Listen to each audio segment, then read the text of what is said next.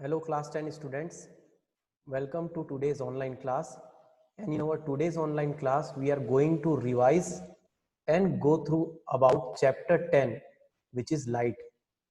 ये चैप्टर हम पहले भी थोड़ा अच्छे से पढ़ चुके हैं और अब हम लोग इसको फिर से एक बार गुजर रहे हैं because we are also having some time about it, और इसके बाद हम लोग फिर आगे बढ़ेंगे अगले चैप्टर के लिए जो होगा मैग्नेटिक इफेक्ट ऑफ करंट.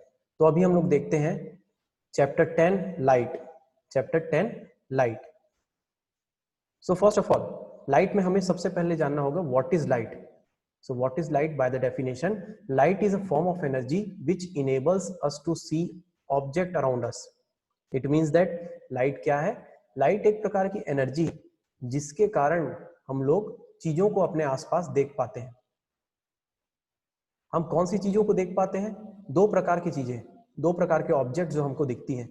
एक लुमिनस ऑब्जेक्ट जिसका मतलब कि उसकी खुद की एक लाइट हो, लाइक फॉर एग्जांपल एक कैंडल, स्टार्स, सन, इनकी खुद की लाइट है. ये खुद लाइट इमिट करते हैं, ये खुद लाइट पैदा करते हैं और वो हमें दिखते हैं. और दूसरे प्रकार के ऑब्जेक्ट हो गए नॉन लुमिनस ऑब्जेक्ट. कुछ ऐसे ऑब्जेक्ट भी हैं जो खुद की लाइट नहीं होती, उनकी खुद लाइट को पैदा नहीं करते, मगर उन पर लाइट पड़कर रिफ्लेक्ट होती है, उन पर लाइट पड़कर हमारी आंखों में आती है तो हमें वो ऑब्जेक्ट दिखते हैं. लाइक फॉर एग्जांपल हम खुद हुए, हम पर लाइट पड़ेगी, सूर्य की रोशनी या ट्यूबलाइट की रोशनी या बल्ब की रोशनी, तब हम दिखेंगे. कैसे? हम पर लाइट पड़ी, वो लाइट रिफ्लेक्ट हुई, वो लाइट पड़कर हमसे स्ट्राइक होके आपकी आंखों तक गई या फिर देखने वाले की आंखों तक गई, तब वो जाकर दिखने लगेगी. तो उस ऑब्जेक्ट को हम कहते हैं नॉन लुमिनस ऑब्जेक्ट. तो दो प्रकार के ऑब्जेक्ट हम बोल सकते हैं जो हम आसपास देख सकते हैं. लुमिनस जिनकी खुद की लाइट हो, और नॉन लुमिनस जो दूसरे की लाइट को रिफ्लेक्ट करके दिख रहे हैं. फिर हम असल में देख कैसे पाते हैं अपने आसपास की चीजों को? We detect light with the help of our eyes. हम अपनी आंखों से आसपास की चीजों को देख पाते हैं, ऑब्वियस सी बात है. When a source of light emits light which travels and reaches our eye. तो अभी हमने देखा लुमिनस ऑब्जेक्ट में कि जब एक लाइट इमिट हो रही है, एक लाइट पैदा हो रही है किसी लुमिनस ऑब्जेक्ट से, तो वो हमारी आंखों तक आएगी तो हमें दिखेगी, जैसे कि सन और कैंडल. मगर कभी ऐसा भी होगा, sometimes it strike to non luminous object and gets reflected and then reaches our eye. This is how we see the object. इन्हीं दो तरीकों से हम लोग लाइट आसपास की चीजों को देख पाते हैं. अगर वो लाइट खुद पैदा कर रहा तो हमारी आंखों तक आ जाएगा वो लाइट और हमें वो दिखेगा, या फिर वो जो लाइट पैदा कर रहा है लुमिनस ऑब्जेक्ट, वो नॉन लुमिनस ऑब्जेक्ट में लाइट फेंकेगा या उसमें लाइट पड़ेगी और वो रिफ्लेक्ट होके हमारी आंखों तक आएगी. और जैसे कि ये चेयर है, ये ट्रीज है, तभी हमको दिख पाते हैं. तभी तो हमें अंधेरे में ये नहीं दिख रहे, क्योंकि लाइट लुमिनस ऑब्जेक्ट से उन पर टकराकर हमारी आंखों तक नहीं आ पाई. लाइट आनी पड़ेगी, हमारी आंखों में लाइट की रेज आनी पड़ेगी, तब जाकर हम अपनी आंखों से किसी चीज को देख पाएंगे. ये तो हो गई पुरानी बातें, क्योंकि ये this things you have already studied up till 8th class. तो अब आगे बढ़ते हैं. ये देखो इस डायग्राम से दिख रहा है, हम सन को डायरेक्ट भी देख सकते थे. हम सन को डायरेक्ट ऐसे दिख जाएगा हमको सन. क्यों? क्योंकि उसमें से आने वाली लाइट हमारे आंखों तक पहुंच जाएगी. मगर ये पौधा हमें कम दिखेगा जब इसमें लाइट आएगी सन की और वो रिफ्लेक्ट होगी, टकराकर हमारी आंखों पे पहुंचेगी, तो वो हमें दिखना चालू होगा. आई hope you have understood this concept, because इस कॉन्सेप्ट को आगे लेकर हम लोग आगे की चीजों को समझेंगे, जो कि आगे है नेचर ऑफ लाइट. अब ये बात नहीं हो रही है, ये पुरानी बातें अब हो गई, जो चीज आप पहले पढ़ चुके. अब हम लोग नेचर ऑफ लाइट पढ़ते हैं, मतलब लाइट का स्वभाव कैसा होता है, कैसा नेचर होता है. तो लाइट का स्वभाव सबसे पहले जो देखा गया, सोचा गया, वो था light according to wave theory. Light consist of electromagnetic waves which do not require any material medium like solid, liquid or gas for their propagation. मतलब अगर लाइट को हम वेव की तरह माने, हम लोग सोचें कि लाइट एक वेव है, तो वेव को क्या चाहिए रहता है? वेव को कुछ भी नहीं चाहिए रहता, वो एक जगह से दूसरी जगह प्रोपोगेट होके पहुंच जाता है. आगे बढ़ सकता है बिना कोई मीडियम के। आप सोचिए, सूर्य से, सन से रोशनी आ रही है, लाइट आ रहा है, हमारे पास आ रहा है, हम तक आ रहा है, बीच में क्या है, अर्थ और हमारे सन के बीच में क्या है, कुछ भी नहीं, वैक्यूम है, फिर भी लाइट पहुंच जा रही है। कैसे? जरूर वो एक वेव की तरह होगा। अरे वेव पहुंच सकता है, wave, electromagnetic wave can travel. हम ये इसके बारे में और अच्छे से पढ़ेंगे 12th में, मगर हम अभी तक इतना जानते हैं कि वेव्स को ट्रेवल करने के लिए मीडियम की जरूरत नहीं होती, तो इसीलिए लाइट को वेव माना गया पहले। तो स्पीड ऑफ लाइट को हम लोग क्या बोलते हैं? बहुत ज्यादा होती है, 3 × 10⁸ मीटर पर सेकेंड। 3 के आगे 8 जीरो लगा दो, उतने मीटर 1 सेकेंड में ट्रेवल कर लेती है लाइट, और इसलिए उसको इलेक्ट्रोमैग्नेटिक वेव की तरह माना गया। मगर लाइट की एक और बात होती है, light is composed of particle which travels in straight line at very high speed. The elementary particle that defines light is called photon. हम लोग लाइट के कुछ फिनोमिना देखते हैं, परिघटनाएं देखते हैं, लाइट की कुछ ऐसी खास बातें होती हैं, जैसे वो किसी चीज से टकराए तो रिफ्लेक्ट हो जाती है, किसी चीज, किसी मीडियम के अंदर, किसी माध्यम के अंदर से गुजरे तो स्लो हो जाती है। मतलब ये बिल्कुल पार्टिकल की तरह हो रहा है। लाइक फॉर एग्जांपल आप सोचिए, एक बॉल को एक दीवार में फेंके, वो टकराकर वापस आ जाएगा। बॉल एक पार्टिकल है, लाइट भी वैसा बिहेव की, यहाँ पे लाइट दीवार से टकराकर वापस आ जाती है, आईने से टकराकर वापस आ जाती है, वैसा भी यहाँ हो रहा। और साथ में इसीलिए लाइट को पार्टिकल की तरह भी सोचा गया और उसको नाम दिया गया फोटोन, कि ये छोटे छोटे फोटॉन्स के फॉर्म में आगे बढ़ती है। मतलब यहाँ पे दोनों चीजें कर रही है लाइट। लाइट का दो प्रकार का स्वभाव है, वेव की तरह भी अभी हमने देखा, और पार्टिकल की तरह भी। तो इसीलिए हम कहते हैं लाइट हैज डबल नेचर या dual nature. It exhibits the properties of both wave and particle. Wave की तरह भी और पार्टिकल की तरह भी बिहेव करती है, depending on the situation it is in. ये कब ऐसा दिखेगा? जिस सिचुएशन में वो होगी उस प्रकार से अपना स्वभाव दिखाती है। कभी देखो ये रिफ्लेक्शन होके आगे बढ़ेगी, कभी सूर्य से यहां तक आने के लिए वो वेव के फॉर्म में बिहेव करती है। This theory is called quantum theory of light. और इसी चीज की स्टडी को हमने अलग से एक थ्योरी बना दी है, इसकी एक अलग सिद्धांत पे काम करते हैं, अलग स्टडी करते हैं क्वांटम थ्योरी ऑफ लाइट में। जानने की बात थी बस, इससे रिलेटेड कुछ क्वेश्चन पूछा नहीं जाता, मगर जानना जरूरी है क्योंकि आपके एनसीईआरटी बुक में भी दिया गया है। अब हम लोग नॉन लुमिनस ऑब्जेक्ट की बात करते हैं। नॉन लुमिनस ऑब्जेक्ट कितने प्रकार के होते हैं? नॉन लुमिनस ऑब्जेक्ट, सबसे पहले तो ये ध्यान दीजिए कि वो ऑब्जेक्ट होते हैं जिन पर लाइट पड़ती है और रिफ्लेक्ट होकर हमको दिखता है वो। तो पहला होता है ओपेक। ओपेक का मतलब होता है जिसमें लाइट पड़े और वो अपने अंदर से लाइट को ट्रेवल करने या पास होने ना दे, उसको हम कहेंगे ओपेक ऑब्जेक्ट। दूसरा होता है ट्रांसपेरेंट ऑब्जेक्ट। एक ऐसा ऑब्जेक्ट जिसमें लाइट पड़े और लाइट उसके अंदर से गुजर कर आगे बढ़ जाए, उसको हम कहेंगे ट्रांसपेरेंट। तो इस बल्ब में से मान लो बाहर से एक लाइट आ रही है ना, आप ये मत सोचना कि ये लाइट है ना, ये बल्ब का जो कांच होता है, मान लो ये लाइट निकली, फिलामेंट से निकली, तो ये जो कांच है इसको देखकर ही आप समझ रहे होगे कि पार कर जाएगी, इसको लाइट पार करके बाहर निकल जाएगा। कौन सा ऑब्जेक्ट हुआ? ट्रांसपेरेंट ऑब्जेक्ट हुआ। ठीक, अब दूसरे ऑब्जेक्ट में पहुंचते हैं। अंदर में फिलामेंट है मगर इसका कलर ऐसा है कि इसके बाहर नहीं निकल पाएगी लाइट। अरे हाँ भाई, इसके बाहर ही नहीं निकल पाएगी लाइट, अंदर ही रह जाएगी लाइट। क्यों? क्योंकि इसको हमने कुछ ऐसा कलर करके कोट कर दिया है, कोटिंग कर दी इसकी। तो ये बन गया ओपेक ऑब्जेक्ट, ये बन गया ओपेक ऑब्जेक्ट। मगर एक प्रकार का और ऑब्जेक्ट होता है लुमिनस, नॉन लुमिनस ऑब्जेक्ट, जो क्या होगा, कुछ लाइट को बाहर भेज देगा और कुछ को अंदर ही रहने देगा। जैसे कि ये, उसको हम कहते हैं ट्रांसलूसेंट ऑब्जेक्ट। देखिए कुछ लाइट आएगी और कुछ लाइट बाहर आएगी और कुछ लाइट अंदर ही रह जाएगी, थोड़ी कम इंटेंसिटी से बाहर निकलेगी। तो ऐसे ऑब्जेक्ट को हम कहते हैं ट्रांसलूसेंट ऑब्जेक्ट। क्या कहते हैं? Translucent object.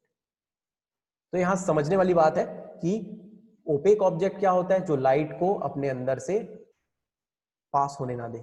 ट्रांसपेरेंट क्या होता है? जो लाइट को पूरे तरीके से अपने अंदर से पास होने दे। और एक होता है जो पार्शियली पास होने दे, लाइट को अपने अंदर से थोड़ा बहुत पास होने दे, उसको ट्रांसलूसेंट ऑब्जेक्ट बोलेंगे।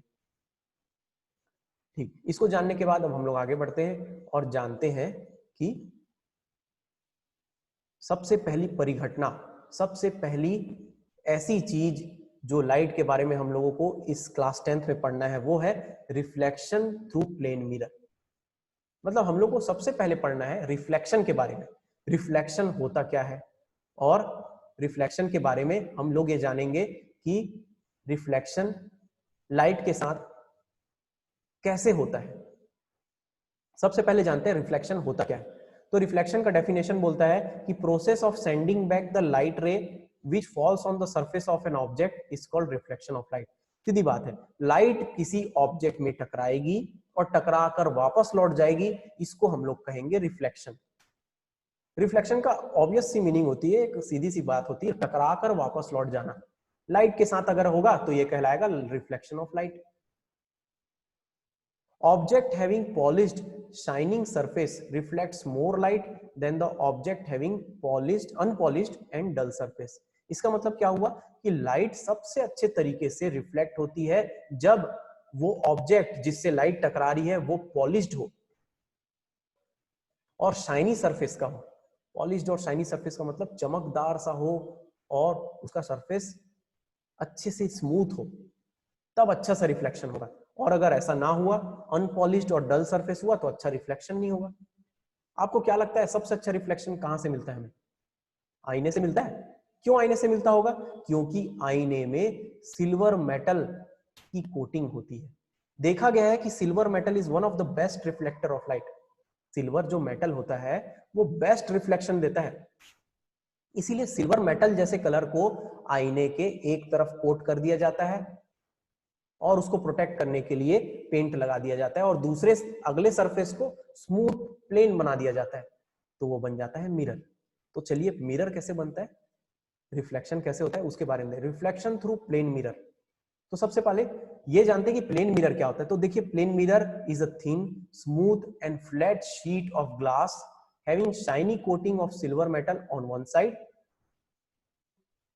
और अगला सरफेस पॉलिश होता है। तो देखो यहाँ पे ये वाला जो सरफेस है रेड कलर का, वहां पर सिल्वर की कोटिंग चढ़ाई गई, सिल्वर पेंट किया गया, सिल्वर कलर टाइप का एक पेंट किया गया और उसके ऊपर उसको प्रोटेक्ट करने के लिए कोटिंग लगाई गई, कुछ कलर की कोटिंग लगाई गई। मतलब क्या हुआ, सबसे पहले तो सिल्वर्ड सरफेस है, उसके ऊपर कोटिंग है।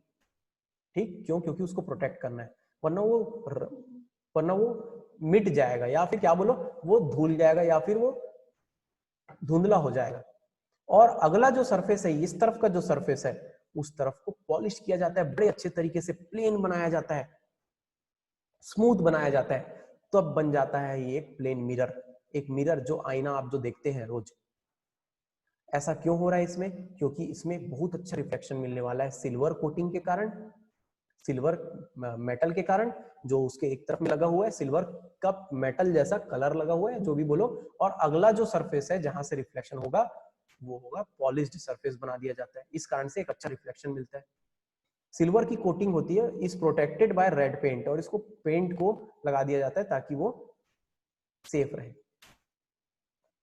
आज हम लोग थोड़ा सा आगे बढ़ते हुए लॉज ऑफ रिफ्लेक्शन भी देख लेते हैं, और इसके बाद की बात को हम लोग बाद में पढ़ेंगे, मगर अगले सेशन में पढ़ेंगे। मगर आज देखते हैं हम लोग कि लॉज ऑफ रिफ्लेक्शन क्या बोलते हैं। हम लोग समझ गए कि रिफ्लेक्शन ऑफ लाइट क्या होता है, और हम लोग देख लिए कि प्लेन मिरर में रिफ्लेक्शन कैसे होगा, सॉरी प्लेन मिरर का डेफिनेशन क्या होगा, प्लेन मिरर कैसा होता है। तो चलो लॉज ऑफ रिफ्लेक्शन पढ़ते हैं। लॉज ऑफ रिफ्लेक्शन बोलता है कि the incident ray, the reflected ray and the normal at the point of incidence all lie in the same plane.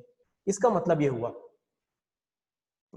ये हुआ, मान लीजिए कि ये एक सरफेस है, ये एक सरफेस है, ये एक सरफेस है, यहां पे लाइट रे आई, टकराई और टकराकर चली गई। तो हम लोग एक स्टडी के लिए किसी भी सरफेस के लिए एक नॉर्मल की इमेजिन करते हैं, नॉर्मल इमेजिन करते हैं। नॉर्मल का मतलब होता है परपेंडिकुलर टू द सरफेस।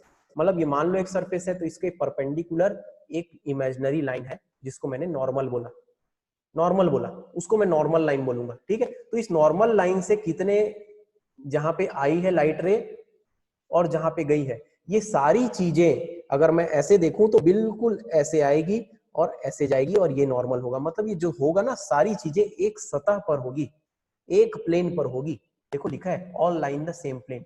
इसका मतलब क्या नहीं होगा कि लाइट रे ऐसी आएगी नॉर्मल ऐसा होगा और लाइट रे कहीं ऐसी चली गई आपकी तरफ, या फिर लाइट रे ऐसी आई और कुछ ऐसी टेढ़ी चलेगी, ऐसा नहीं होगा। जो भी होगा एक सतह में होगा, एक प्लेन में होगा।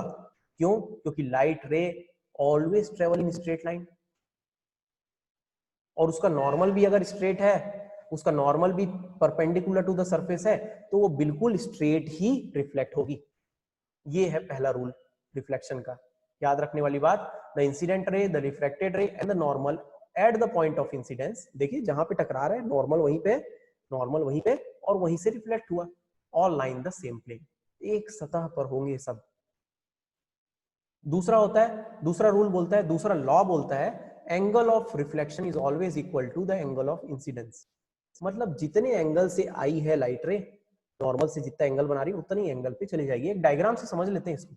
देखिए ये जो है, आप जो मोबाइल या आप अपने फोन में देख रहे हैं या कंप्यूटर में देख रहे हैं, जो आपको सतह दिख रही है उसी में लाइट रे मान लो आ रही है ओ एन, उसका नॉर्मल है, उसका नॉर्मल परपेंडिकुलर है, और उसी सरफेस में वो चली गई। सब चीज एक सरफेस में हुआ, एक प्लेन में हुआ, आना जाना और उसका नॉर्मल।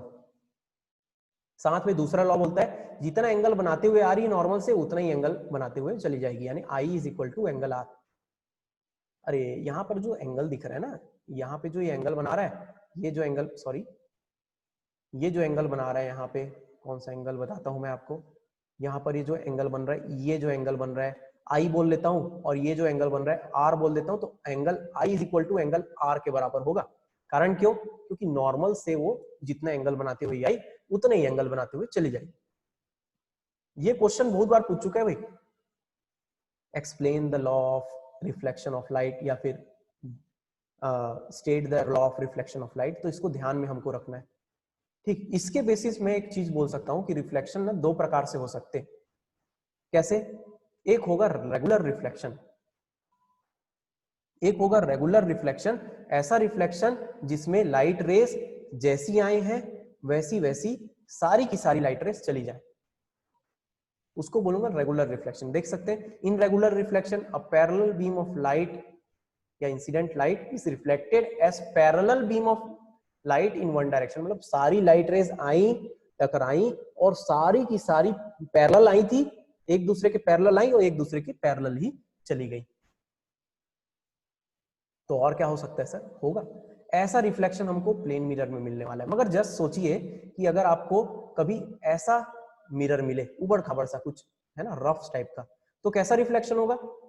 उसको हम लोग बोलेंगे डिफ्यूज्ड रिफ्लेक्शन। याद रखने वाली बात, in diffused reflection a parallel beam of incident light is reflected in different direction.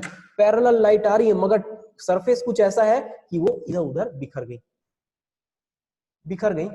एक दूसरे के पैरेलल नहीं रही, डिफ्यूज रिफ्लेक्शन बोलेंगे। डिफ्यूज रिफ्लेक्शन हमको कब मिलता है? रफ सरफेस से मिलता है। आप देखे होंगे कुछ आईने ऐसे होते हैं जिसमें आपको आपके जैसा इमेज नहीं दिखता, उल्टा सीधा टाइप का इमेज दिखता है, कुछ बड़ा कुछ छोटा। वो कैसा रिफ्लेक्शन है? Diffuse reflection. और वो सरफेस कैसा है? Rough surface. आज के लिए इतना ही। I hope you have understood about the introduction of light and reflection of light. आज हमने पढ़ा कि लाइट क्या होता है, लाइट का स्वभाव कैसा होता है, और हमें चीजें कैसी दिखती हैं, कितने प्रकार के ऑब्जेक्ट हमको दिखते हैं, वो क्या क्या होते हैं। उसके बाद हमने देखा कि रिफ्लेक्शन ऑफ लाइट क्या होता है और कितने प्रकार के रिफ्लेक्शन होते हैं, और प्लेन मिरर के बारे में थोड़ा सा नॉलेज भी लिया। आज के लिए इतना ही। हम लोग आगे में पढ़ने वाले हैं प्लेन मिरर से रिफ्लेक्शन कैसा होता है, और उसमें हम लोग थोड़े बहुत न्यूमेरिकल टाइप भी देखेंगे। आई hope you have understood about today's explanation. This is it for today. Keep studying. Have a nice day.